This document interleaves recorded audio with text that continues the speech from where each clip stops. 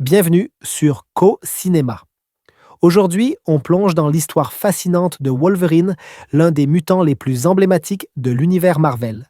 Attachez vos ceintures, car cette origine est tout simplement explosive. L'enfance tragique. Notre histoire débute en 1845 au Canada. Dans une demeure isolée, le jeune Victor veille sur son frère James, terrassé par la fièvre.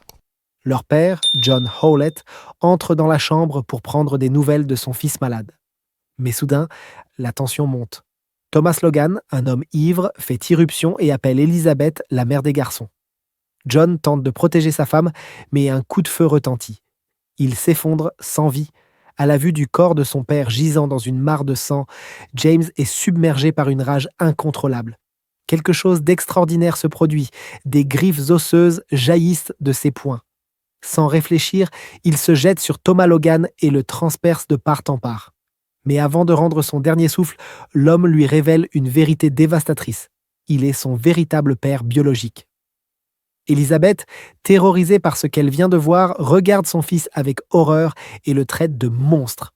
James s'enfuit dans la nuit, mais Victor le rattrape. Contrairement à ce que James craint, son frère ne cherche pas à se venger. Au contraire, il décide de le soutenir et de fuir avec lui.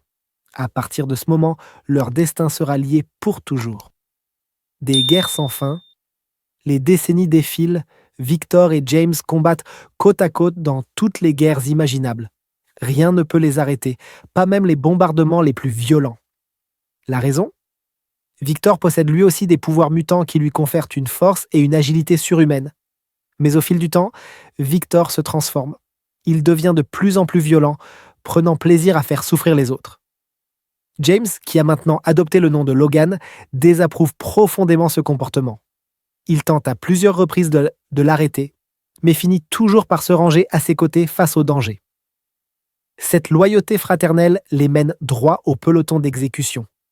Si vous aimez les histoires de super-héros complexes et les origines captivantes, pensez à vous abonner à Co-Cinéma et à activer la cloche pour ne rien manquer de nos prochaines vidéos. L'équipe de mercenaires incapables de mourir, les deux frères sont enfermés dans une minuscule cellule, condamnés à y passer l'éternité.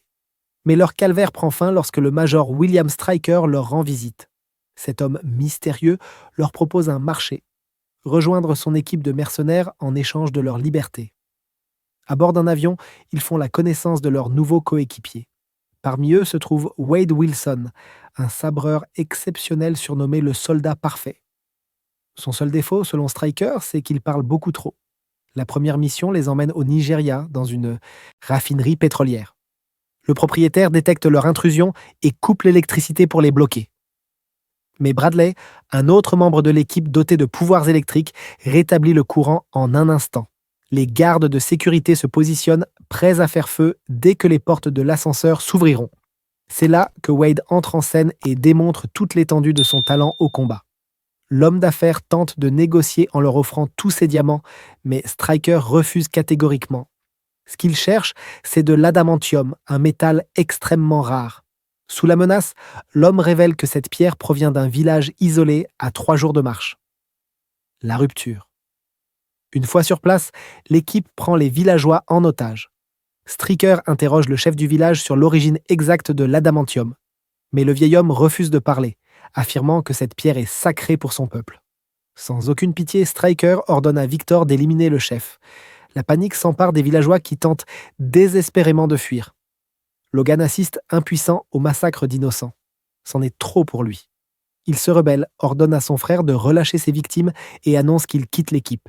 Il arrache son collier militaire et le jette au sol. Personne n'ose l'arrêter car tous savent qu'il est invincible. Une nouvelle vie. 6 années s'écoulent. Logan a complètement changé de vie. Il vit désormais dans une montagne isolée du Canada avec sa femme Kayla, une enseignante douce et aimante. Pour gagner sa vie, il travaille comme bûcheron, menant une existence simple et paisible. Pour la première fois en plus de 100 ans, il connaît le véritable bonheur. Pendant ce temps, l'équipe de mercenaires s'est dissoute. Bradley travaille maintenant dans un parc d'attractions où il utilise discrètement ses pouvoirs électriques pour s'assurer que personne ne gagne jamais au jeu. Mais une nuit, dans sa caravane, il reçoit une visite inattendue. Victor. Bradley comprend immédiatement pourquoi il est là et jure qu'il n'a jamais parlé à personne de ce qui s'est passé en Afrique. Mais ses supplications ne servent à rien. Le cauchemar recommence. Logan se réveille en pleine nuit, hurlant comme une bête sauvage. Ses griffes jaillissent involontairement et blessent Kayla. La jeune femme connaît le passé tourmenté de son mari et sait que les horreurs qu'il a vécues continuent de le hanter dans ses rêves. Le lendemain, pendant son travail, Logan reçoit la visite de Stryker qui lui propose un nouveau contrat. Mais Logan refuse catégoriquement. Il préfère sa vie de bûcheron, car même après plus d'un siècle d'existence, c'est la première fois qu'il se sent vraiment en paix. Stryker insiste pourtant et lui apprend une nouvelle terrifiante. Bradley a été assassiné il y a 2 jours, tout comme Wade. Quelqu'un traque méthodiquement tous les anciens membres de l'équipe, l'un après l'autre. Logan reste confiant. Il affirme pouvoir se défendre seul et tourne les talons. Avant de rentrer chez lui, il passe prendre Kayla à l'école où elle enseigne. Sur la route du retour, il tombe sur 2 hommes en pleine dispute dont les véhicules bloquent la circulation. Logan klaxonne, mais les hommes l'ignorent complètement. Il sort de la voiture et Kayla comprend immédiatement que la situation risque de dégénérer. Logan demande poliment aux hommes de dégager la route, mais l'un d'eux tente de l'agresser. C'est alors que Kayla intervient. Elle pose ses mains sur les épaules de Logan et de l'autre homme, puis demande calmement qu'on les laisse passer. Étrangement, sa demande est immédiatement acceptée sans protestation. Logan est impressionné par le pouvoir de persuasion de sa femme, sans se douter qu'il s'agit en réalité d'un don bien particulier. La tragédie. Le lendemain, après avoir déposé Logan au travail, Kayla prend la route vers l'école. Sur le chemin, elle croise Victor qui s'approche dangereusement de sa voiture. Au même moment, Logan sent l'odeur caractéristique de son frère flotter dans l'air. Il marche dans la forêt et découvre la tête d'un animal sauvagement décapité. Son sang ne fait qu'un tour. Kayla est en danger. Il se précipite pour la retrouver et découvre sa voiture abandonnée au bord de la route, couverte de marques de griffes sauvages. Il la cherche désespérément dans la forêt et finit par trouver son corps sans vie, gisant sur le sol. Logan s'effondre. La seule femme qu'il ait jamais vraiment aimée vient de lui être arrachée. Consumé par la rage et le désespoir, il part à la recherche de Victor. Il le retrouve dans un bar où son frère l'attendait déjà. Victor avoue froidement qu'il a dû éliminer Kayla pour attirer l'attention de Logan et le forcer à réagir. Le combat qui s'ensuit est brutal. Logan se bat avec toute la rage que son cœur brisé peut produire, mais Victor est trop puissant. Il le massacre littéralement et le laisse gravement blessé. N'oubliez pas de liker cette vidéo si vous suivez toujours l'histoire et rejoignez la communauté CoCinéma en vous abonnant. La transformation. Logan se réveille à l'hôpital. Stryker est à son chevet. Aveuglé par la douleur et la colère, Logan s'en prend à lui, l'accusant d'être responsable de la mort de Kayla. Mais Stryker jure qu'il n'était pas au courant. C'est Victor qui a agi seul, éliminant un par un les anciens membres de l'équipe pour des raisons qui lui sont propres. Logan veut sa vengeance, mais Stryker est direct. Dans son état actuel, il n'est pas assez fort pour vaincre Victor. Cependant, il peut lui donner le pouvoir nécessaire pour éliminer n'importe quel ennemi. Il peut le rendre absolument indestructible. Sans hésiter, Logan accepte. Stryker l'emmène dans son laboratoire secret. Il lui explique qu'après des années de recherche et d'exploration en Afrique, ces scientifiques ont réussi à créer un alliage métallique d'une résistance inégalée à partir de l'adamantium. Ce métal va être fusionné avec le squelette de Logan. Avant l'opération, Stryker lui rend son ancien collier militaire. Mais Logan demande à ce qu'un nouveau soit créé, portant cette fois le nom de Wolverine. La procédure commence. Les scientifiques injectent l'adamantium liquide directement dans les os de Logan. La douleur est indescriptible. Son corps se tord dans tous les sens, tandis que le métal brûlant se répand dans son squelette. Son rythme cardiaque s'emballe de manière alarmante. Stryker commence à paniquer. Après tout, il vient d'investir 500 millions de dollars dans ce projet.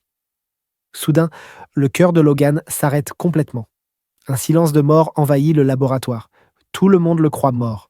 Mais quelques secondes plus tard, son cœur recommence à battre. La procédure est un succès total. La trahison révélée. Alors que Logan se repose, Stryker discute avec Maverick dans le couloir. Il révèle ses véritables intentions. Utiliser l'ADN de Logan pour créer l'arme ultime. Et pour s'assurer que Wolverine ne représente aucune menace, il ordonne à ses scientifiques d'effacer complètement sa mémoire. Ce que personne ne réalise, c'est que Logan a tout entendu. Il comprend qu'on veut lui voler ses souvenirs, effacer à jamais le visage de Kayla de son esprit. C'est inacceptable. Ses griffes d'adamantium jaillissent pour la première fois. Il se lève d'un bond, plus fort et plus rapide que jamais. Les gardes de sécurité tentent de l'arrêter, mais ils ne font pas le poids face à cette nouvelle version de Logan. Il déchire les portes blindées comme du papier et saute dans la cascade qui borde le complexe. Stryker ordonne à Maverick de le poursuivre et de l'éliminer à tout prix. Le refuge. Ce jour-là, un couple de personnes âgées, Travis et Heather, rentrent à leur ferme après une journée en ville. Ils aperçoivent un homme nu qui se réfugie dans leur grange. Travis prend son fusil et découvre Logan, épuisé et tremblant de froid. Au lieu de le chasser, le vieil homme lui donne une couverture et l'invite chez lui. Après une douche chaude, Logan enfile les vêtements du fils décédé du couple. Il contemple ses nouvelles griffes d'adamantium en essayant d'assimiler ce qui vient de lui arriver. Lorsque Travis frappe à la porte, Logan sort involontairement ses griffes et détruit l'évier de la salle de bain. En descendant à la cuisine, il s'excuse profusément et promet de rembourser les dégâts. Le couple lui offre le dîner et Logan passe la nuit dans la grange. Le lendemain matin, Travis lui apporte la vieille veste en cuir de son fils et lui propose de faire un tour sur sa moto. Heather arrive avec le petit déjeuner. Mais le bonheur est de courte durée. Un hélicoptère de combat surgit au-dessus de la ferme. Maverick ouvre le feu sans sommation. Logan tente désespérément de sauver le couple, mais Travis est touché. Il meurt dans les bras de Logan, qui est impuissant face à cette nouvelle tragédie. Fou de rage, Logan saute sur la moto et fonce droit vers l'hélicoptère. Dans un geste suicidaire, il bondit de la moto en pleine vitesse et s'agrippe à l'appareil. Ses griffes transpercent le cockpit et déchirent les commandes. L'hélicoptère s'écrase au sol dans une explosion spectaculaire. Malgré le crash, Maverick survit. Stryker le contacte pour savoir si l'arme X a été neutralisée. Logan arrache la radio des mains de Maverick et lance un message clair à Stryker. Après avoir éliminé Victor, il viendra le chercher. La recherche de réponse. Après plusieurs heures de route, Logan arrive à Las Vegas et retrouve John Wraith, un autre ancien membre de l'équipe. John lui révèle qu'après le départ de Logan, Victor est devenu encore plus sanguinaire et incontrôlable. Lorsque Stryker a commencé à capturer des mutants pour ses expériences, John a quitté l'équipe à son tour. Logan lui demande s'il sait quelque chose au sujet du Nil, car avant de s'échapper du laboratoire, il a entendu Stryker mentionner cet endroit mystérieux. John prétend ne rien savoir, mais suggère que Fred Dukes pourrait avoir des informations. Il retrouve Fred, qui a considérablement grossi depuis qu'il a quitté l'équipe. John avertit Logan de ne surtout pas mentionner son poids, car Fred devient violent quand on en parle. Mais évidemment, Logan ne peut pas s'en empêcher et déclenche la colère du colosse.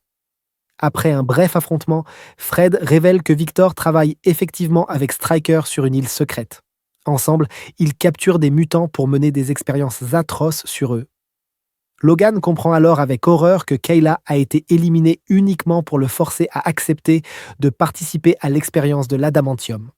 Fred ne peut pas révéler l'emplacement exact de l'île, mais il mentionne qu'un jeune homme a réussi à s'en échapper une fois. Il s'appelle Rémi Lebeau, mais tout le monde le connaît sous le nom de Gambit. Logan part immédiatement à sa recherche et John décide de l'accompagner. L'enlèvement de Scott. Ailleurs, dans une salle de classe ordinaire, un jeune garçon nommé Scott Summers souffre de violents maux de tête. Son professeur lui ordonne d'enlever ses lunettes de soleil, mais Scott refuse catégoriquement, expliquant qu'il ne peut pas le faire. La femme, agacée par ce qu'elle perçoit comme de l'insolence, le punit en le gardant après les cours. Scott se retrouve seul dans la salle de classe vide lorsqu'il aperçoit Victor qui s'approche de l'école. Terrifié, il tente de s'enfuir, mais Victor le rattrape facilement et le fait tomber. Les lunettes de Scott s'envolent et instantanément, un rayon d'énergie destructeur jaillit de ses yeux. La moitié de l'école est pulvérisée en quelques secondes. Victor parvient malgré tout à capturer le jeune, mutant. Et Stryker apparaît pour lui administrer un puissant sédatif avant de l'emmener sur l'île. La rencontre avec Gambit. La nuit tombe sur la Nouvelle-Orléans. Logan et John retrouvent Gambit dans un casino clandestin en pleine partie de poker. Pendant que Logan va lui parler, John attend dehors et tombe nez à nez avec Victor. Son ancien coéquipier lui annonce froidement qu'il vient d'éliminer Fred. John est consumé par la rage. Il veut venger son ami et attaque Victor de toutes ses forces. Mais malgré ses pouvoirs de téléportation, Victor parvient à anticiper chacun de ses mouvements et le massacre. À l'intérieur du casino, Logan discute avec Gambit et lui demande de l'emmener sur l'île d'où il s'est échappé. Le jeune homme remarque alors le pendentif que porte Logan, celui avec le nom Wolverine gravé dessus. Pensant que Logan travaille pour Stryker, Gambit l'attaque avec ses cartes explosives. Le combat fait rage dans le casino. Logan finit par sortir et découvre le corps sans vie de John gisant près de Victor. C'en est trop, il a maintenant une raison supplémentaire d'éliminer son frère. Logan se jette sur Victor et le transperce de ses griffes. Il s'apprête à lui donner le coup fatal lorsque Gambit surgit et les attaque tous les deux avec son bâton chargé d'énergie cinétique. Profitant de la confusion, Victor parvient à s'échapper. Logan tente de le poursuivre, mais Gambit l'en empêche. Le jeune homme est déterminé à ne jamais retourner sur cette île où il a vécu l'enfer. Un combat acharné s'engage entre eux. Gambit est doué, très doué même, mais il n'a aucune chance face à la puissance brute de Wolverine. Après l'avoir maîtrisé, Logan lui explique qu'il se rend sur l'île précisément pour éliminer Victor, Stryker et tous ceux qui y travaillent. Il veut détruire ce lieu maudit une bonne fois pour toutes. Convaincu par sa sincérité, Gambit accepte de l'y emmener dans son petit avion. Vous êtes toujours là? Alors prouvez-le en vous abonnant à CoCinéma et activez la cloche pour ne manquer aucune de nos analyses de films. L'assaut final. Lorsque l'avion approche de l'île, Logan ne perd pas une seconde. Il saute directement dans l'océan et nage jusqu'à la côte.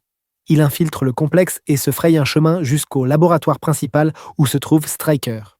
Logan lui demande pourquoi il a voulu le transformer en arme. Stryker lui révèle alors son plan ultime. Il avait besoin de l'ADN de Logan pour créer le mutant parfait, le soldat ultime, une arme qu'il a baptisée Deadpool. Grâce aux gènes de Logan, Stryker et son équipe ont réussi à terminer l'arme 11, un être possédant les pouvoirs de plusieurs mutants combinés. Pendant qu'ils discutent, une silhouette apparaît derrière Logan. C'est Kayla. Logan n'en croit pas ses yeux. Il pense d'abord qu'il s'agit d'un mutant métamorphe déguisé, mais Stryker lui confirme qu'il s'agit bien de sa femme. La vérité éclate enfin. Le jour de sa mort supposée, Kayla a reçu une injection d'une substance qui ralentit considérablement le rythme cardiaque et donne l'illusion de la mort. Elle a été contrainte de jouer cette comédie parce que sa sœur Emma était retenue prisonnière sur l'île. Kayla possède le pouvoir d'hypnotiser et de contrôler toute personne qu'elle touche. Stryker révèle que Logan a été séduit et manipulé depuis le tout début. Rien de ce qu'ils ont vécu ensemble n'était réel. En entendant ces mots, des larmes coulent sur les joues de Kayla, mais elle ne peut rien nier. Sinon, sa sœur en paierait le prix. La trahison et le pardon Logan est anéanti. Il tourne le dos à Kayla et s'en va, le cœur brisé une deuxième fois. Kayla se tourne alors vers Stryker et lui demande de libérer sa sœur. Elle a tenu sa part du marché, il doit tenir la sienne. Mais Stryker refuse. Il affirme avoir encore besoin d'Emma pour ses expériences, car personne d'autre ne possède sa mutation unique, une peau aussi résistante que du diamant. À ce moment précis, Victor fait son entrée. Il est furieux que Stryker ait laissé partir Logan. Kayla tente d'utiliser ses pouvoirs pour le contrôler, mais Victor est trop rapide. Il l'attaque sauvagement. Logan entend les cris de Kayla et revient sur ses pas. Il a maintenant l'occasion parfaite d'éliminer Victor une bonne fois pour toutes. Mais Kayla, même mourante, trouve la force de lui parler. Elle lui dit que l'homme dont elle est tombée amoureuse n'est pas un animal assoiffé de sang. Logan hésite. Puis il prend sa décision. Au lieu de tuer Victor, il le frappe violemment et le laisse inconscient. Kayla lui assure alors qu'elle n'a jamais manipulé ses sentiments. Ce qu'ils ont vécu ensemble était bien réel. Elle a été contrainte d'agir ainsi uniquement pour protéger sa sœur. Logan décide de l'aider. Il va sauver Emma. La libération Stryker, comprenant qu'il a perdu le contrôle de la situation, ordonne à ses scientifiques d'activer l'arme 11, même si la procédure n'est pas encore totalement terminée. Logan découvre tous les jeunes mutants enfermés dans des cages comme des animaux. Il les libère un par un et leur ordonne de courir vers la sortie. Mais juste avant qu'ils ne franchissent les portes du complexe, Deadpool fait son apparition. Wade Wilson, son ancien partenaire, le sabreur bavard, a été transformé en monstre. Sa bouche a été cousue et il est désormais contrôlé par Stryker. Il n'a plus aucune conscience de ses actes. Le combat qui s'ensuit est épique. Logan se rend rapidement compte qu'il ne pourra pas vaincre facilement cette version de Wade, car sa capacité de régénération est encore plus rapide que la sienne. De plus, Deadpool possède maintenant les pouvoirs de plusieurs mutants combinés. De l'autre côté du complexe, les jeunes mutants sont pourchassés par des gardes armés jusqu'aux dents. Kayla, grièvement blessée, dit à sa sœur Emma qu'elle ne peut pas les accompagner. Elle lui demande d'emmener les mutants en sécurité. Emma ne comprend pas pourquoi sa sœur refuse de venir, mais elle obéit. Ce qu'elle ne sait pas, c'est que Kayla a été touchée par une balle et qu'elle se vide lentement de son sang. Le groupe de jeunes mutants se perd dans un labyrinthe de couloirs. Soudain, Scott Summers entend une voix télépathique dans sa tête qui lui indique le chemin à suivre pour sortir. Une voix qui appartient à un certain Charles Xavier. Le combat final Logan escalade une tour de refroidissement pour échapper à Deadpool, mais le monstre se téléporte instantanément et apparaît derrière lui. Ses lames d'adamantium transpercent Logan de part en part. Il s'apprête à lui donner le coup de grâce lorsqu'une voix familière résonne. Victor apparaît. Il déclare que lui seul a le droit d'éliminer son frère et se joint au combat aux côtés de Logan. Les deux frères, autrefois ennemis jurés, combattent maintenant côte à côte contre Deadpool. Le monstre les attaque tous les deux simultanément. Juste au moment où Victor croit l'avoir maîtrisé, Deadpool se téléporte et réapparaît de l'autre côté.